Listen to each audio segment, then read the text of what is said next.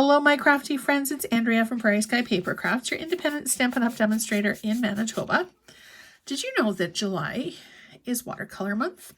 So every Wednesday, I'm going to post a video showing you a different watercolor technique. Today, we're doing a watercolor wash. I'm using stamp pads for this one. I've got Mossy Meadow and Tahitian Tide, which is one of our in colors for this year. Now, I am going to be creating a scenic card, and I'm using Grassy Grove for this one. So what I'm going to do, actually, is one of my favorite techniques for watercoloring. I've already wet my watercolor paper. It's the Fluid 100. Now, I'm going to just ink up, highly technical here, get a good bit of ink onto my block. You can squeeze your ink pad together so you get some picked up on the lid. I like this way better. And then I'm just going to get my water flowing.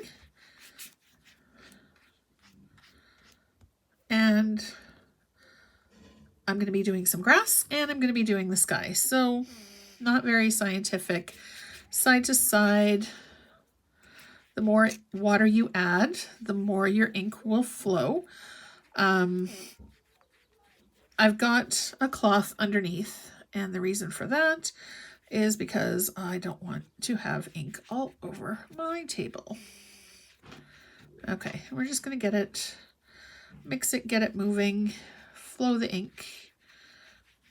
And then you're going to want to do some areas that are a little bit heavier, some that are maybe a little bit lighter.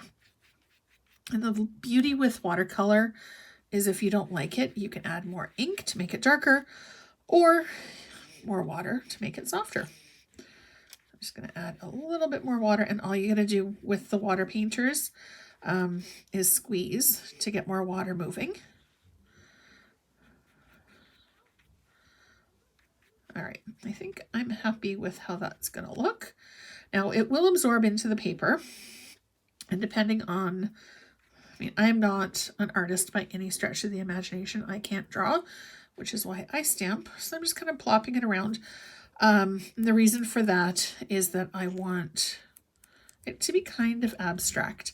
Now I am brushing a little bit of the color off because I don't want my colors to mix too terribly much, and then just wiping off my block with a baby wipe because, again, I don't want my green to transfer to my blue, but I'm also, to be extra safe, going to flip it over and use the other side. And then Tahitian Tide, I'm going to ink it up. I'm not concerned at all about the ink bubbles that are happening here. And we're going to get the water flowing. And then I'm going to start bottom to top because I do want a little bit of color blending. Not too much though. And again, just quick little strokes. Hashtag crosshatch. It's all right if there's a little bit of white showing because it's a sky and, you know, clouds or whatever works. And then down here, I'm just going to kind of go over gently. I'm not adding quite as much water on this pass. These barrels do hold quite a bit. You can also rinse out your brush when you're done. Now, there are two ways that I like to dry off. You can either let this air dry, or this one's a little saturated.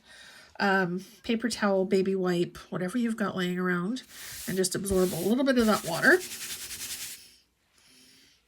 And then I'm going to give it a blast with my heat tool as well. I'll probably send my paper trimmer flying, but that's fine. And you can see as you're drying it, it does change a little bit. I do want to make sure that this is good and dry because I will be stamping over with the classic stamping pads, which are water-based. So if there's too much moisture in my cardstock, it will make my stamped image kind of bleed a little bit. Now you can see that this is curling. That's just what happens when the water starts coming out. So I'm going to flip it over and then apply heat on the other side. And I just keep doing this until it's flat-ish.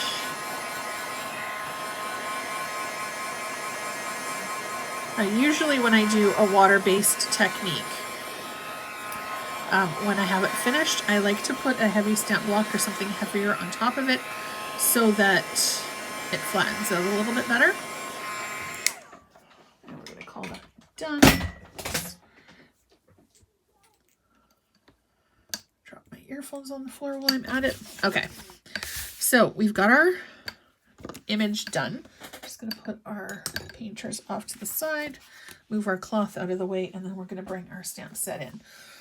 So Grassy Grove, I'm going to use the scenic parts of the stamp. I was going to use the deer, but I think I'm just going to use the grasses and stuff today. Now I haven't added all of the stickers, but I'm going to at some point.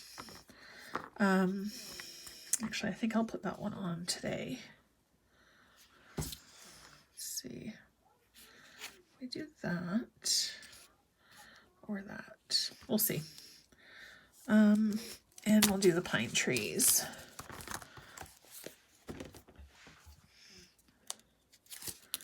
Actually, I will add the stickers today. Okay, so quick and easy tip to get your stickers on. Peel your sticker off of the sticker sheet, off of your stamp set, and then, oops, very carefully, you want to line it up to the sticker outline. Press down, lift up, and you're done. Easy peasy, perfect sticker placement every single time. Since I discovered this trick, I've been putting stickers on my stamps a lot more regularly. Before, it hadn't really been something that I was doing. Okay, now this is a little bit bigger, so I'm going to line it up at the top. Place, press, and we are done. All right. There's our second impression, and you know what? I think we're going to use the smaller grass. I'm not so sure about the bigger one, but we'll see. It's part of the joy of creating, right? You just kind of go with it and see where you end up. Sometimes it works well, sometimes not so much. Now I will be stamping off in, oh, actually, I'm going to stamp in Memento. I was going to use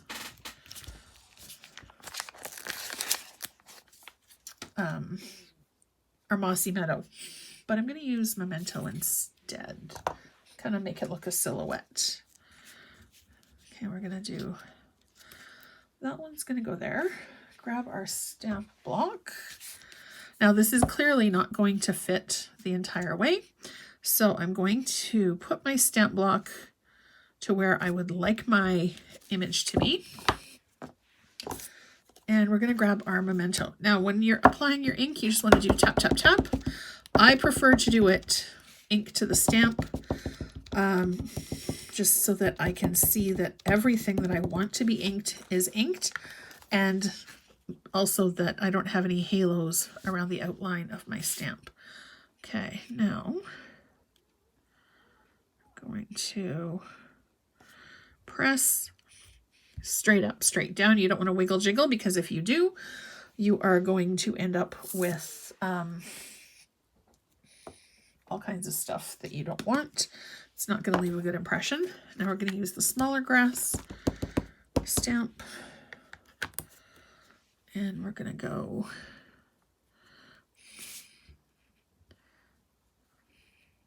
here, maybe look like it's kind of off in the distance a little bit. And then we'll do another, no we're not.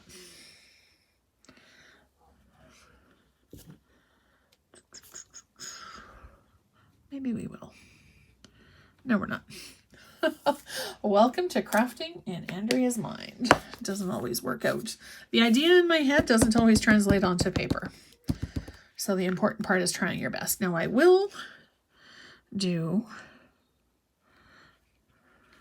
stamp, and then we're going to kind of offset this one a little bit, just so that it looks like it's got a little bit of dimension. I'm going to put these guys back in the case, and I will wash them when I am done. I forgot to get my simple chamois ready for today. So there is our images stamped. Now we're going to do our sentiment. We're going to actually stamp that in Tahitian Tide on our sky. Lately, I have been doing quite a bit of sentiments on the front, so it's not usually something that I have been doing, but lately I've gotten back to doing it. So you can ebb and flow all the time when you're making things. Okay, so this guy is done for now. I am going to weight it down and let it dry just a little bit more.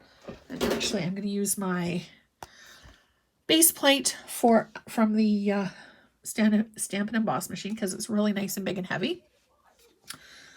I do want to make sure that this is completely dry. So I'll let this sit probably overnight and I'll finish my card tomorrow.